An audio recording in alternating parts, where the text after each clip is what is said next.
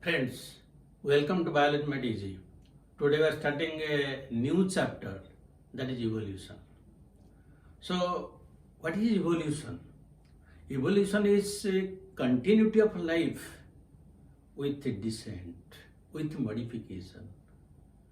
That means you may ask that we are also in the stage of modification. Yes.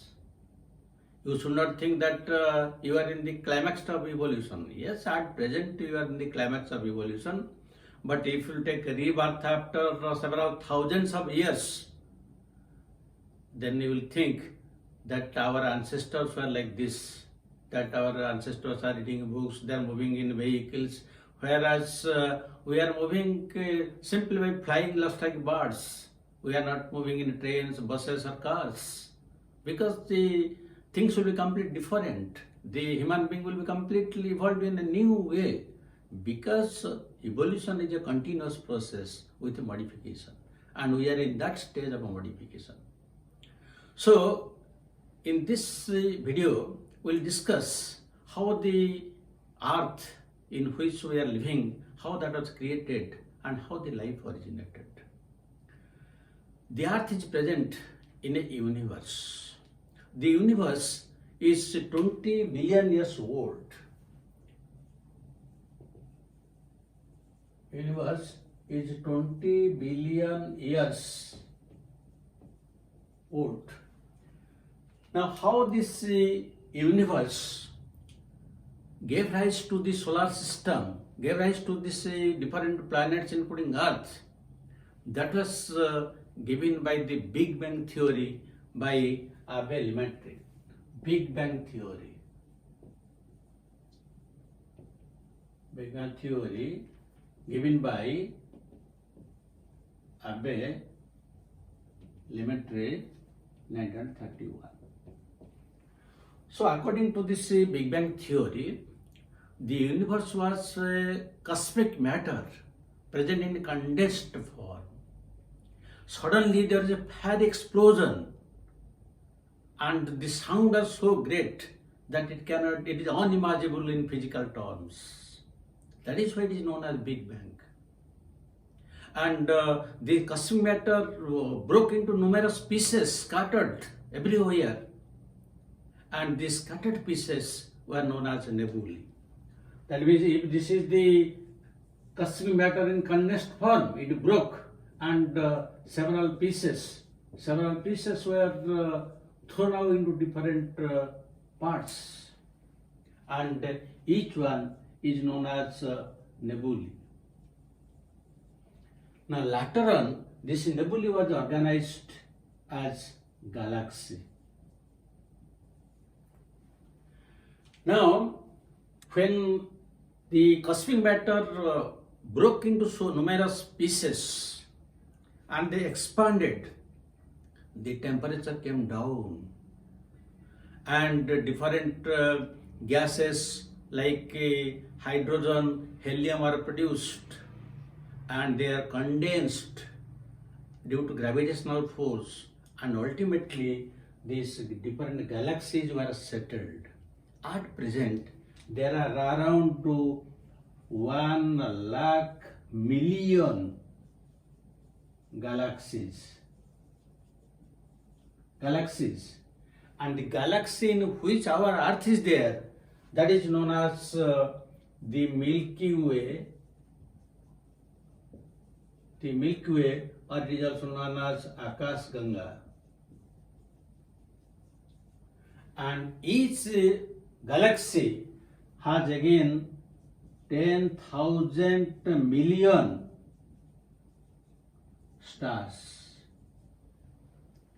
Now you think of your childhood, when you have sung the rhyme, "Twinkle, twinkle, little star."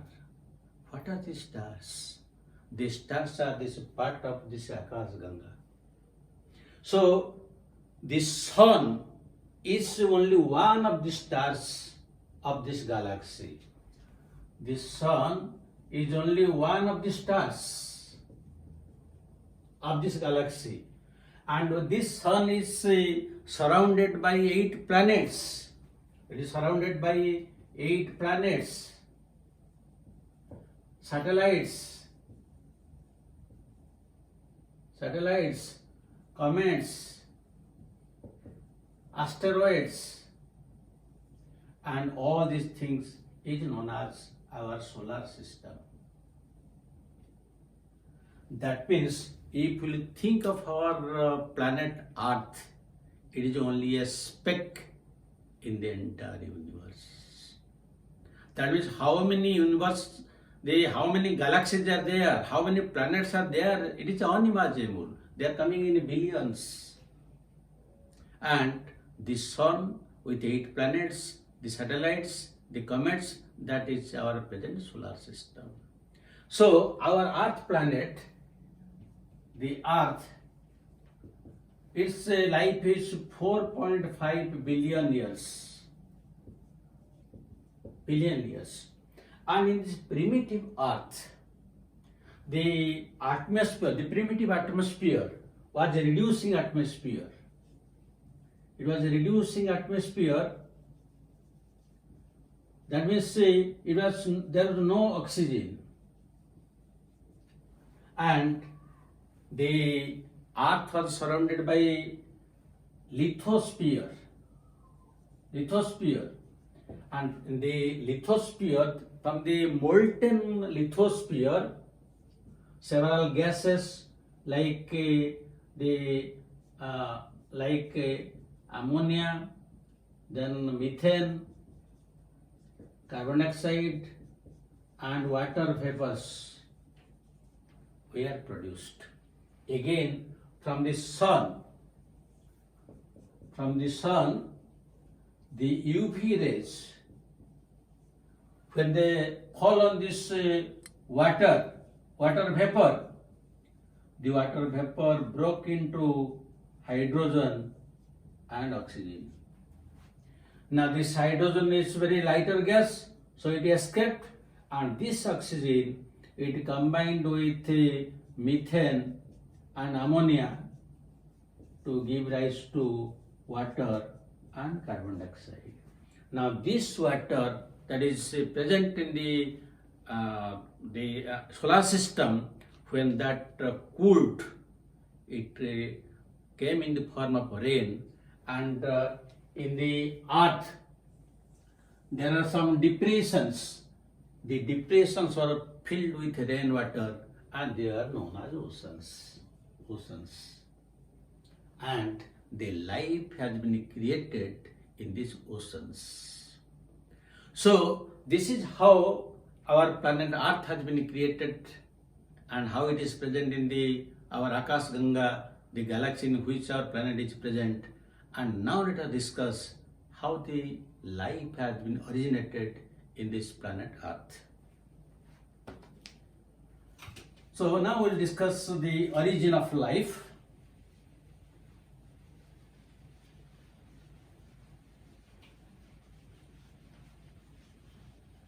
Now, for origin of life, several theories have been proposed, and we'll discuss one by one.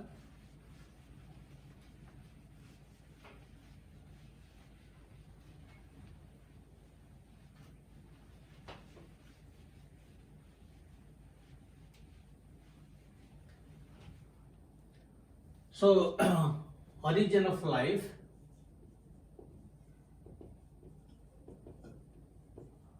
For this origin of life, several theories are there, and the first theory is theory of special creation.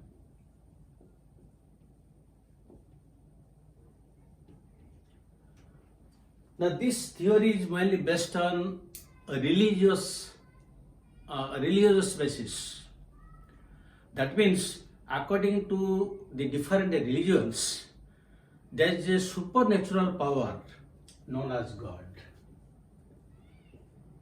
And the God has created the entire earth, including the different life forms. According to the Christians, that God has created Adam and Eve, then with the first man and first woman respectively, and they have given rise to all the human beings. According to Hindu mythology, Manu and Shraddha are the first man and woman, and they gave rise to all human beings. According to Guru Nanak,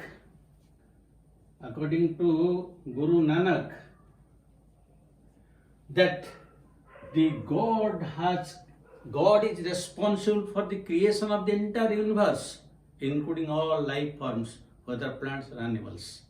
And the Islam also believes that the creation is only by God.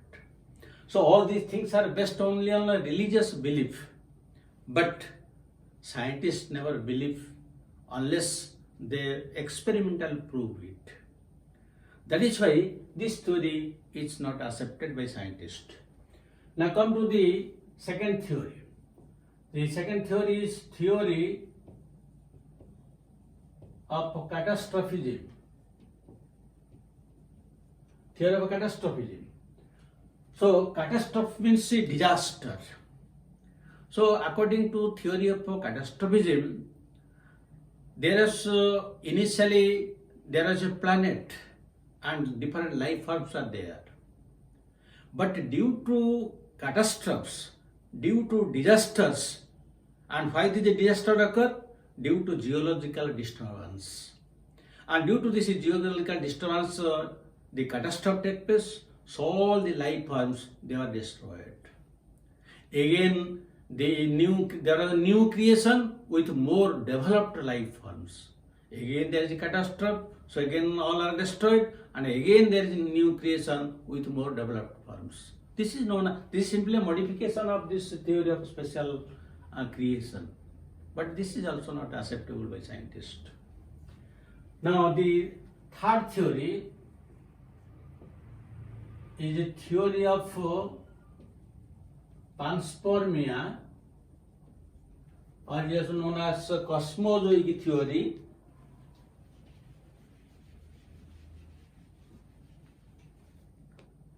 It is also known as cosmozoic theory or interplanetary theory.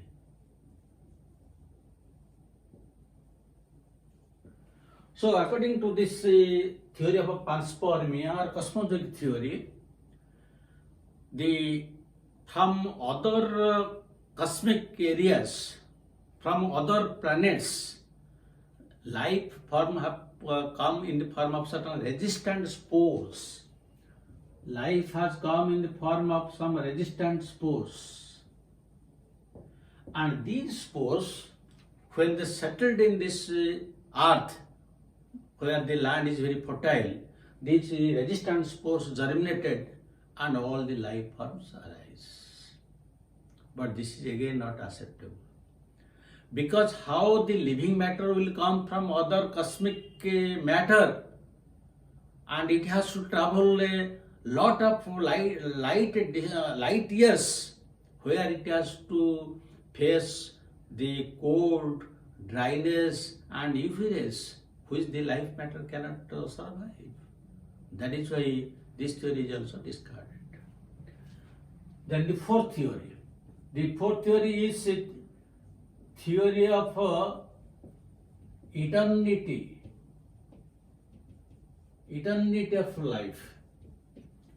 Now according to this theory, life is always there. It has not been created. Life was there, life is there, and also life will be there. It is never destroyed. Now you see how it can be accepted. If life was there, then where was the life before the creation of the planet? Who will answer this question? So this theory is also not acceptable. Then the next theory. The next theory is a theory of spontaneous generation, or we can call it a biogenesis. or autogenesis. Now this theory is mainly based or supported by some Greek philosophers like Thales, Anaximander, Aristotle, Plato. So these Greek philosophers usually believe this theory of spontaneous generation. Now, according to this theory, usually in ancient Egypt,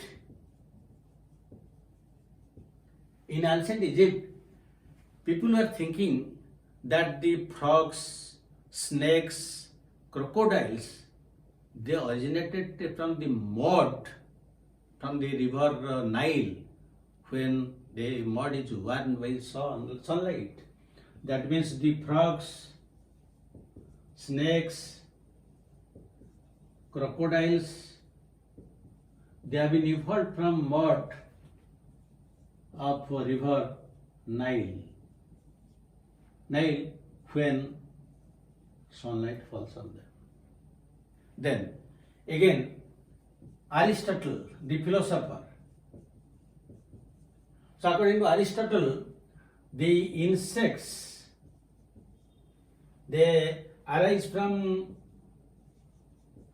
rotten manure, while the tapeworms, they arise from the excreta of animals. And another great scientist, William Harvey. Now, William Harvey usually believed that life originated from eggs. In spite of this belief, he told that some of the lower organisms, they have been evolved spontaneously. So usually life arises from eggs. So in spite of this belief, he told that the lower forms of life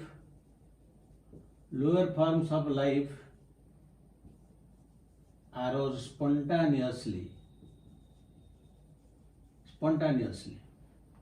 So these are the different views according to the theory of spontaneous generation, or that is we can call abiogenesis.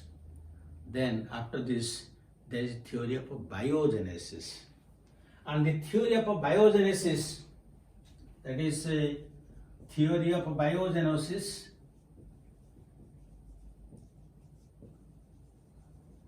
this theory of biogenesis, it disproves the theory of spontaneous generation. And the different views given by this theory of biogenesis, mostly by Francisco Redi, Spallanzani, and Louis Pasteur. Now let us discuss briefly about the theory of biogenesis.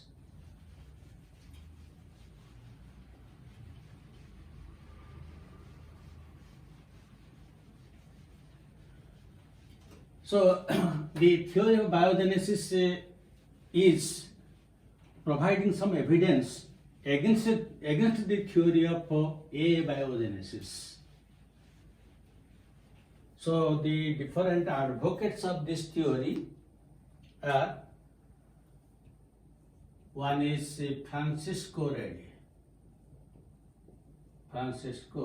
Redi, the Italian biologist. Now, Francisco Redi conducted certain experiments in 3 jars, taking pieces of a meat. So he took 3 jars.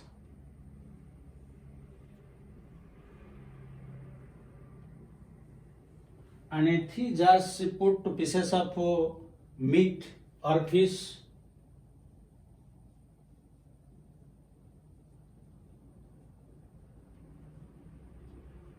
There are the pieces of meat And the first one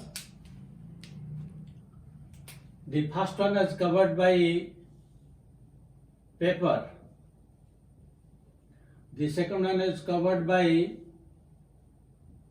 gauze, and the third one is uncovered. Now, after some days, he observed that the jar which is open, here the insects came, they laid eggs, and the eggs were hatched to larvae, and they gave rise to insects. And in the jar where it was covered by gauze, the insects came, but they laid eggs on this cover, and they were hatched to larvae. The same thing also happened here. The eggs were laid on this paper, which are hatched to larvae. So from this he concluded that the one which is uncovered, there the insects laid eggs, but where there is covering either by paper or gauze, they didn't enter into the meat. That means the life is coming only from the eggs. Here the eggs are not in contact with this meat. They are giving the eggs outside, and they are hatching to the larvae and finally the insects. But here it is coming in contact with the meat, and here the eggs are hatching. That means the life is originating only from life. That means the insect laying eggs, and the eggs are again hatching to give life to larvae and insects. So this is his conclusion. Then the second one is that of Spallanzani. Now Spallanzani, what he did, he took animal and vegetable broth, and he heated the broth for several hours, so that it became completely sterilized. Then he immediately sealed the broth, and when the broth was present for several months, there was no microorganism because it was sterilized. But when it was open to air, again microorganisms attacked it. That means, again, this is the theory of biogenesis. That means life comes from life. When there is sterilization, that means no living organ is there, all living organ is dead due to heating. That means it didn't give any life. Then the third one is by Louis Pasteur. Louis Pasteur is French chemistry and microbiologist.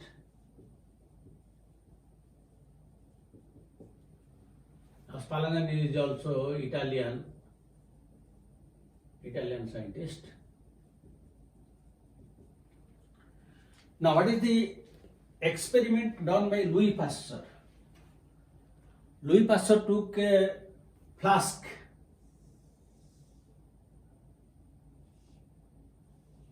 and in this flask he put to hay infusion. Hay means small fodders.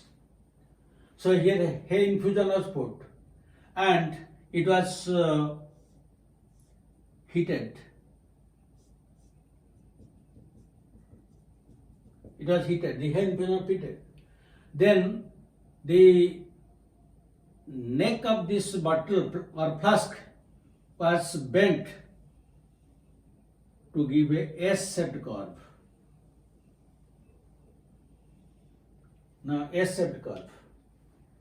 So when it is sterilized, the steam came out, and here the steam was out. This is the steam. Now after heating for several hours, then the whole thing was allowed to cool down.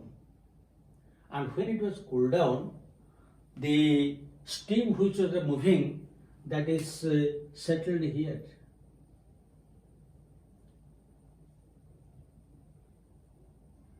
That means this is the liquid, or you can tell it is water, because this is steam condensed.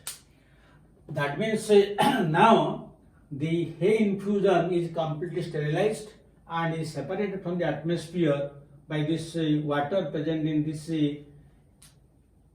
S-shaped curve.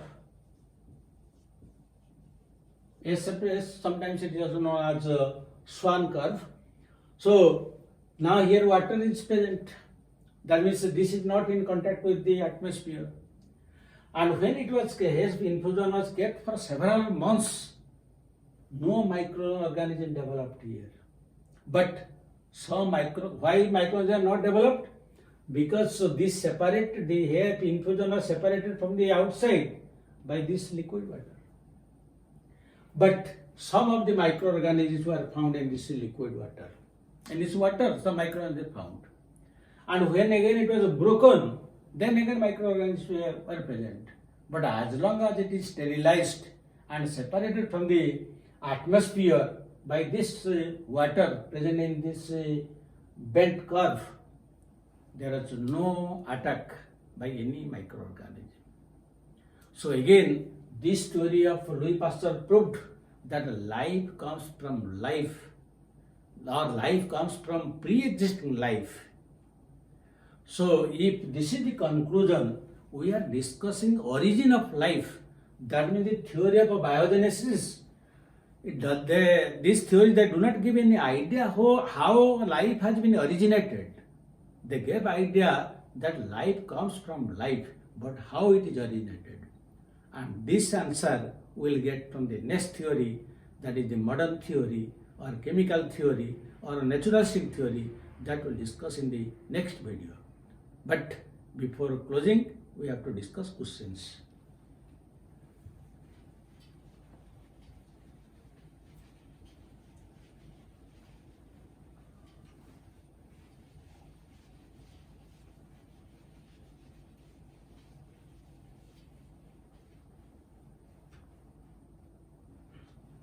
So one question: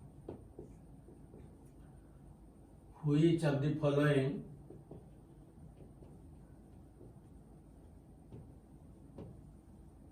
was not present?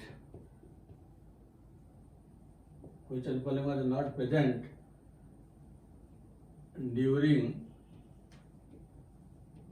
origin of life? One choice is methane, second choice ammonia,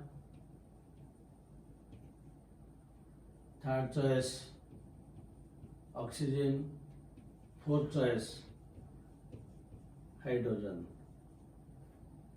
The second question. So this question was also asked in PMT. The second question: according to the theory of abiogenesis,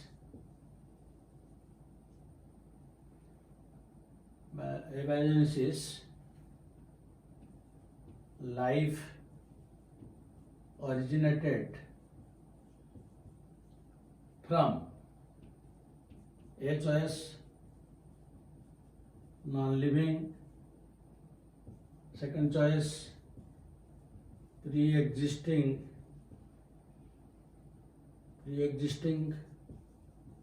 life, third choice chemicals, fourth choice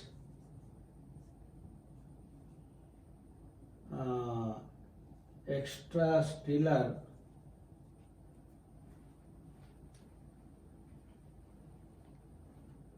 extraterrestrial matter. So thank you very much for watching the video. You must have enjoyed it, how the earth is created and how the life has been originated. It is only a part of our discussion. The next part we'll discuss in the next video. Thank you very much. God bless you.